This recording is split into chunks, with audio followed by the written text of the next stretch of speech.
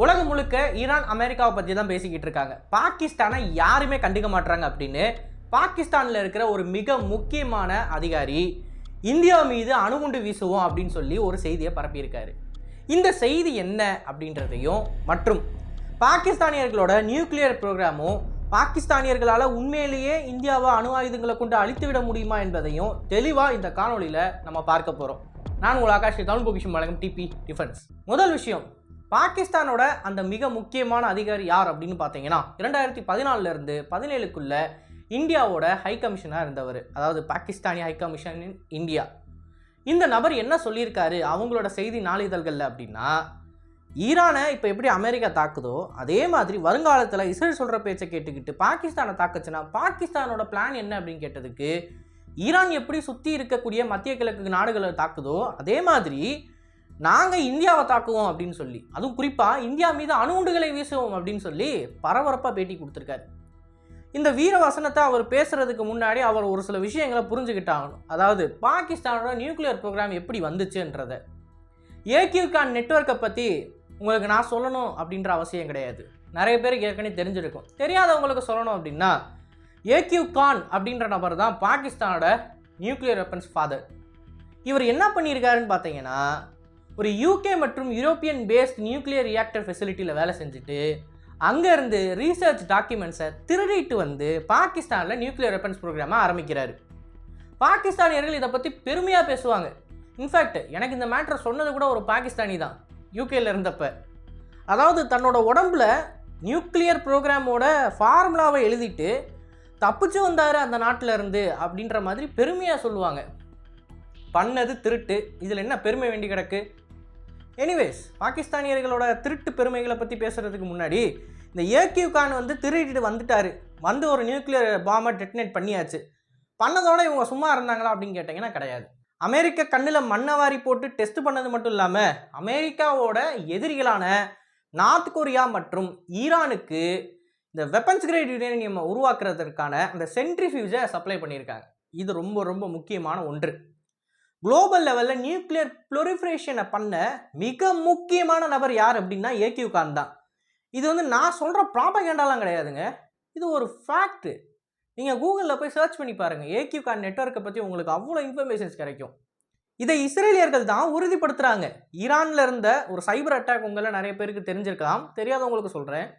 ஈரானில் இருக்கிற நியூக்ளியர் ஃபெசிலிட்டியோட சென்ட்ரிஃபியூஜஸில் ஒரு சைபர் அட்டாக் ஒன்று இஸ்ரேலிஸ் பண்ணுறாங்க.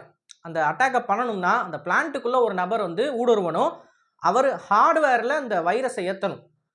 ஸோ அப்படி பண்ணுறப்ப இந்த சென்ட்ரிஃபியூஜஸ் எங்கேருந்து வந்திருக்கு அப்படின்ற தகவலையும் அவர் கேதர் பண்ணி இஸ்ரேலி இன்டெலிஜென்ஸ் கிட்ட கொடுக்குறாரு. அண்ட் இஸ்ரேலி இன்டெலிஜென்ஸ் அதை அமெரிக்கா கிட்ட போய் காமிக்கிறாங்க. எப்பா, நீ ஆண்டுகிட்டு இருக்கிற நாடு தான் பாகிஸ்தான், ஆனால் பாரு பாகிஸ்தான் எதிரி ஈரானுக்கு நியூக்ளியர் வெப்பன்ஸை சப்ளை பண்ணியிருக்காங்கப்பா. Not weapons grade uranium, but அந்த வெப்பன்ஸ் கிரேட் யுரேனியம் செய்கிறதுக்கு தேவையான சென்ட்ரிஃபியூஜஸை சப்ளை பண்ணியிருக்காங்கப்பான்னு சொல்லி அமெரிக்கன்ஸ் கிட்ட சொல்லியிருந்தாங்க. அண்ட் இதை பற்றின ஒரு தெளிவான விரிவு அறிக்கையை அமெரிக்கன்ஸுமே வெளியிட்டாங்க. அண்ட் ஏக்யூகானோட நெட்வொர்க்கை பற்றி உலகத்துக்கே தெரிய வந்துச்சு. நார்த் கொரியா, ஈரான் மாதிரியான நாடுகளுக்கு சென்ட்ரிஃபியூஜஸை சப்ளை பண்ணிட்டு இப்போது இந்தியாவுக்கு எதிராக அணு ஆயுதங்களை பயன்படுத்தும் அப்படின்னு சொல்லி மிரட்டுறாங்களே, உண்மையிலேயே இவங்களோட அணு ஆயுதங்கள் இவங்களோட கண்ட்ரோலில் தான் இருக்கா அப்படின்றத நம்ம பார்த்தாகணும். அமெரிக்கா ஒன்றும் முட்டாள் கிடையாது. அமெரிக்காவோட மிக முக்கியமான எதிரிகள் பாகிஸ்தானில் தான் இருக்காங்க. ஒசாமா பின் லாடன் எங்கே வச்சு தூக்குனாங்க அப்படின்றத இவங்க மறந்துட்டாங்களா? ஸோ அப்படிப்பட்ட நபர்கள், மிக ஆபத்தான நபர்கள் பாகிஸ்தானில் இருக்கிற சூழ்நிலையில் பாகிஸ்தானோட கண்ட்ரோலில் டாக்டிக்கல் நியூக்ளியர் வெப்பன்ஸை விடுவாங்க அப்படின்னு சொல்லி நீங்கள் நினச்சிக்கிட்டு இருக்கீங்களா? கண்டிப்பாக கிடையாது. இதை பற்றி ஏற்கனவே ஏகப்பட்ட CIA ஆப்ரேட்டிவ்ஸ் தெளிவான அறிக்கையை கொடுத்துருக்காங்க. பாகிஸ்தானி நியூக்ளியர் ப்ரோக்ராம்ன்றது ஒட்டுமொத்தமாக அந்த நாடோட கண்ட்ரோலில் இல்லை, அமெரிக்கன்ஸோட கண்ட்ரோலுன்றது பாகிஸ்தானி நியூக்ளியர் வெப்பன்ஸ் ப்ரோக்ராமில் மேலோங்கி இருக்குது. அவங்க நினச்ச மாதிரி எடுத்தவங்க அவுத்தோன்னு சொல்லி நியூக்ளியர் வெப்பன்ஸை இந்தியாவுக்கு எதிராக பயன்படுத்தவே முடியாது. அப்படி பாகிஸ்தானியர்களோட முழு கட்டுப்பாட்டில் நியூக்ளியர் வெப்பன்ஸ் இருந்துச்சு அப்படின்னா என்றைக்கோ அதில் 1-2 வாரட்ஸ் தீவிரவாதிகளோட கைக்கு போயிருக்கும், உலகமே அதனால் மிகப்பெரிய அழிவை கண்டிருக்கும். ஸோ அது நடக்கலைன்றப்ப பாகிஸ்தானியர்களோட கண்ட்ரோலில் பாகிஸ்தானோட நியூக்ளியர் வெப்பன்ஸ் ப்ரோக்ராம் இல்லை அப்படின்றது நம்மளால் உறுதிப்படுத்த முடியும். So nuclear weapons program Americans கிட்ட இருக்குது. அதை கண்டுபிடிச்சதும் நீங்கள் ஒன்றும் புதுசாக ரீசர்ச் பண்ணிலாம் கண்டுபிடிக்கல, திருடிட்டு கண்டுபிடிச்சிங்க. அன்லைக் இந்தியா மாதிரி ப்ராப்பராக நீங்கள் எதையுமே பண்ணலை. ஓகே, இதெல்லாம் ஒரு பக்கம் இருக்கட்டும். நாங்கள் நியூக்ளியர் வெப்பனை பயன்படுத்துகிறோம் இந்தியாவுக்கு எதிராக அப்படின்னு நீங்கள் சொல்கிறீங்கனாலுமே உங்ககிட்ட டாக்டிக்கல் நியூக்ளியர் வெப்பன்ஸ் தான் இருக்குது. நீங்களாம் யோசிக்கலாம், ஏன்னா நீ நேரடியாக பாகிஸ்தானியர்கள்கிட்ட பேசுகிற மாதிரி தமிழில் பேசிக்கிட்டு இருக்க, நீங்கள் வாங்க அப்படின்னு சொல்லி நீங்கள் கேட்டிங்கன்னா, இதில் ஆக்சுவலாக தமிழ் தெரிஞ்ச நிறைய பாகிஸ்தானியர்கள் இருக்காங்க. நம்மளோட சேனல் கமெண்ட்ஸ்கிலேயே நீங்கள் அதை பார்க்கலாம். ஸோ அவங்களுக்கு புரியணுன்றதுக்காண்டி தான் அவங்கள்ட்ட டேரெக்டாக நான் தமிழில் பேசுகிறேன். ஸோ பாகிஸ்தானி டாக்டிக்கல் நியூக்ளியர் வெப்பன்ஸால் பெரிதளவில் பாதிப்பு ஏற்படுத்த முடியாது.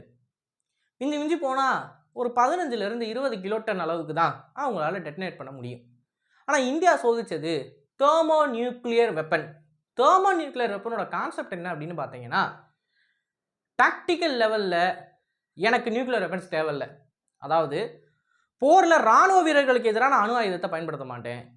எனக்கு எதிராக பயன்படுத்தினா நான் அந்த நாட்டையே ஒட்டுமொத்தமாக அழிக்கணும் அப்படின்ற கான்செப்டில் தான் நம்ம தெர்மோ நியூக்ளியர் வெப்பன்ஸை பயன்படுத்துவோம்.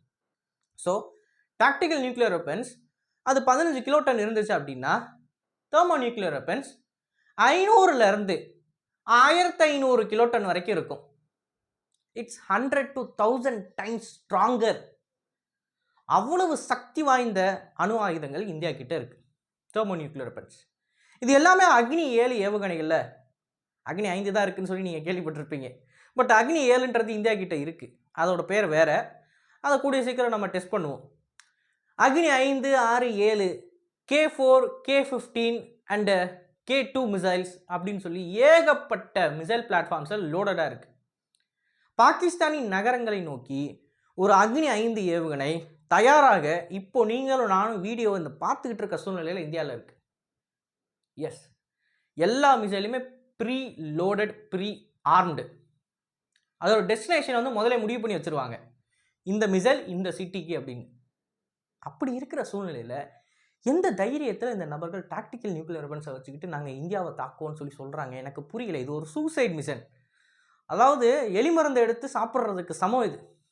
எலிமருந்துன்னு தெரிஞ்சும் அப்பேற்பட்ட காரியத்தை செய்கிற அளவுக்கு இவங்க முட்டாள்களா அப்படின்னு நீங்கள் கேட்டீங்கன்னா, ஆமாம் முட்டாள்கள் தான்.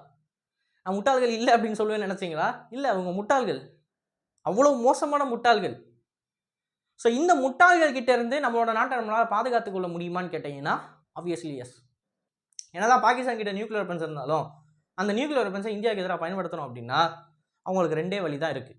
ஒன்று, ஃபைட்டர் போர் விமானங்கள் மூலமாக அந்த நியூக்ளியர் வெப்பன்ஸை இந்தியா மேலே போடணும்.